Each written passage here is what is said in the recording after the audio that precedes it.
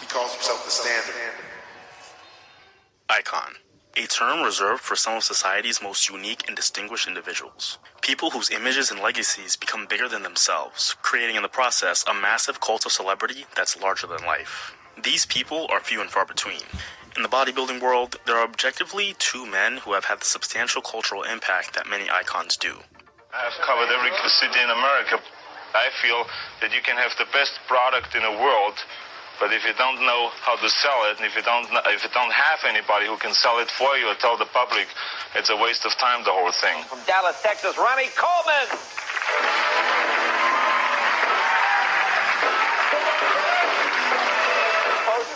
Yeah, I can hear the couple. Y'all want to go pose?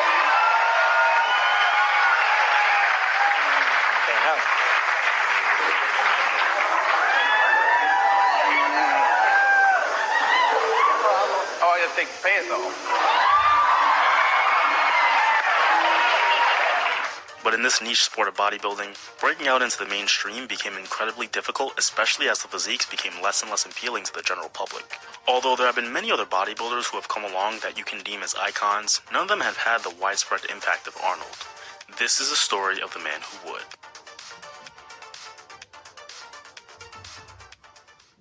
Chris, to me, is everything that classic bodybuilding is supposed to be.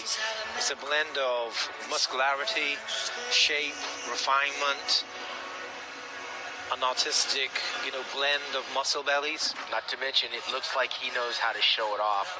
And that's a key element when you talk about classic physique, is the performance. February 2nd, 1995, Burlington, Ontario, Canada. 5 years after their daughter Melissa was born, Jeff and Mary Bumstead welcomed their first son and second child into the world, Christopher Adam Bumstead. 2 years later, they decided to move to Ottawa due to its ideal environment for raising a family. Chris's father is an information officer in the city of Kingston, and his mother is a social worker. Growing up, Chris's parents had him build an athletic foundation very quickly by getting involved in multiple sports. By high school, he was playing football, baseball, basketball, and hockey. Although his parents put him in every sport, there were some that stuck and some that didn't. Track and field, basketball, and football were the sports that did. Chris particularly enjoyed track and field due to the individual aspect of him being accountable for his own success. Having become an athlete, Chris realized the need to get in the weight room and build muscle. Like most aspiring athletes, he started lifting freshman year of high school and began working on the foundation of his physique, going from 170 to 225, primarily adding that weight to his legs. At this point, Chris had spent 4 years in high school as a multiple sport athlete and came to the conclusion that he didn't have the skill to compete in his preferred sports at the highest level, which subsequently led him to rethinking his goals. Like many former high school athletes, Chris shifted all of his focus into training and maintaining the physique that he had built. It was also at this point that Chris would meet his sister's boyfriend, Ian Vaillere, who was an aspiring bodybuilder and, according to Chris, the biggest guy in Ottawa. Having formed a relationship and starting to bond, Ian saw how genetically gifted Chris was and became the influence he needed to consider taking bodybuilding more seriously. After graduating high school, Chris decided to take a gap year before going to college, and it was during this gap year that he spent more time learning about the science and pharmacology of bodybuilding under the tutelage of Ian. He also had to get accustomed to training like a bodybuilder rather than the strength training that he had focused on throughout high school. Having already been a fan of the sport and recently developing some confidence, Chris decided to take a chance on himself and compete in his first competition. In 2014, Chris and Melissa both competed at a regional show in Sudbury, where they both won the overall, with Melissa dominating in figure and Chris in men's bodybuilding as a 19-year-old junior. That victory was the determining factor of the trajectory of Chris's career. Beating grown men at 19 years of age at his first show gave Chris tangible proof that he was truly special, and that was all the motivation that he needed. Combine that with the fact that he truly fell in love with the sport of bodybuilding that day, and you have the quintessential origin story for a bodybuilder. Probably the trial run, where if I had done bad, I probably might have never done it again. Right. But what happened is, I did amazing. I ended up winning the show, juniors and overall men's bodybuilding. My sister also won overall for women's figure. And it was just being on stage felt so amazing. It was one of those things where it just kind of felt right. Mm-hmm. And from there, everything just kind of snowball effect just kept going. Bodybuilding didn't instantly click for Chris, as the distractions in college interfered with his ability to fully embrace the bodybuilder lifestyle. Chris got in the habit of dialing it in only when he needed to prep for a show, and then losing discipline during the off-season. He didn't fully understand that he had to maintain that mentality year-round if he was going to maximize his potential. After his gap year, Kris enrolled at Dalhousie University in Halifax and majored in health sciences, a program that allows students to eventually progress to a specific concentration in the field. But Kris would never make it that far.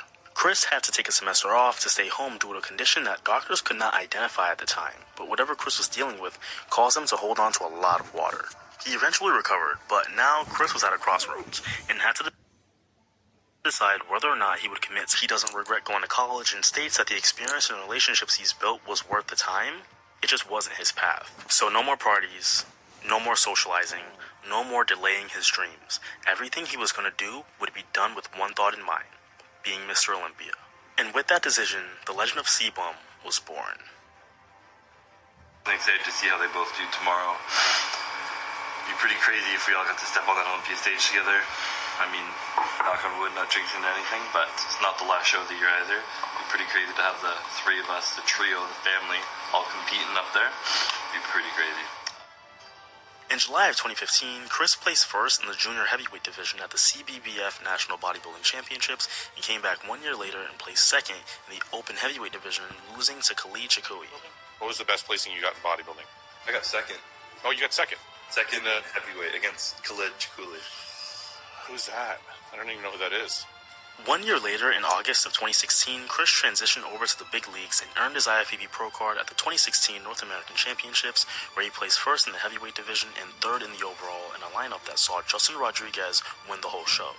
In March of 2017 at the Arnold Classic, Kris was in attendance. At this show, he met former Bikini Olympia champion Courtney King.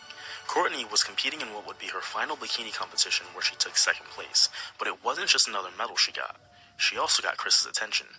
2 months later, Kris decided to make his pro debut at the 2017 Toronto Pro in the 1-year-old classic physique division, where he took first place.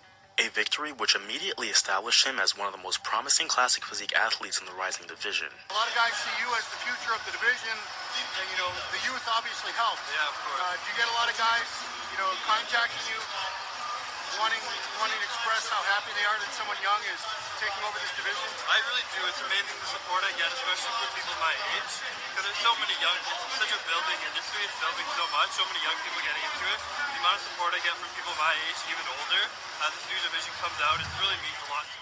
This would be showcased at the 2017 Mr. Olympia in September, which was the second Olympia with the classic physique division.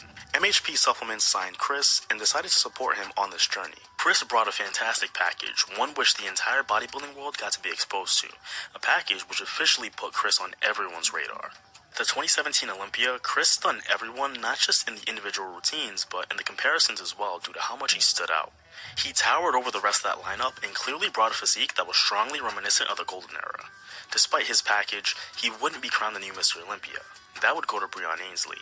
Now at this point, Kris was quickly building a massive social media following due to his combination of size, aesthetics, and not to mention his movie star good looks. But all of those things aside, what got people gravitating towards Kris was his wholesome personality. Conventional wisdom would say that someone with a physique as big as his would have the personality to match it. But Kris was down to earth, low-key, and appeared to be very humble. The amount of people I had come up to me and just look at me. Literally that. 30 seconds didn't say a word. Just stare into my eyes and blank, draw blank. So please, think of what you're gonna say. I feel like it's just as awkward as you do.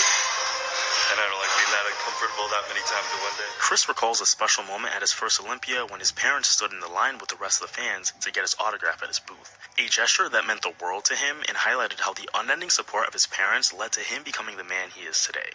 Kris even cites Jay Cutler, Ian, and his father as his greatest inspirations in life. The growing buzz of his name in the industry, combined with his authenticity and likability, generated an evolving group of people who were beginning to idolize him. He appeared to be this ideal representation of what strong male values look like, similar to the guy that Tony Soprano is always talking about, Gary Cooper, the strong, silent type. After placing second at the 2017 Olympia, Kris took the rest of the year to prep for 2018.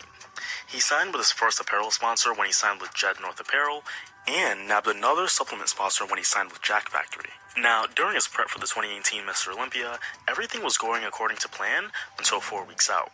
4 weeks out from the Olympia, the water retention that Kris had dealt with in college came back after he had gotten home from the water park. After having hydrated thoroughly that night, Kris woke up the next day 15 pounds heavier. Knowing something was terribly wrong, Kris immediately went to the hospital where he was hospitalized for a week, losing out on 6 days of progress. It was a bodybuilder's worst nightmare. Add to that the fact that Kris was just a few weeks away from the Olympia, and you have a situation that would cause many competitors to pull out of the show. Not Kris, though. The doctors put Kris on diuretics and sucked out as much water from his body as possible, primarily in his lower body because that's where a lot of it would concentrate to. After a 6-day recovery period, doctors ran more tests to determine what Kris was dealing with. In the meantime, Kris and Ian were trying their best to get Kris as dry as possible and essentially hope his physique would come together. And it was. The day before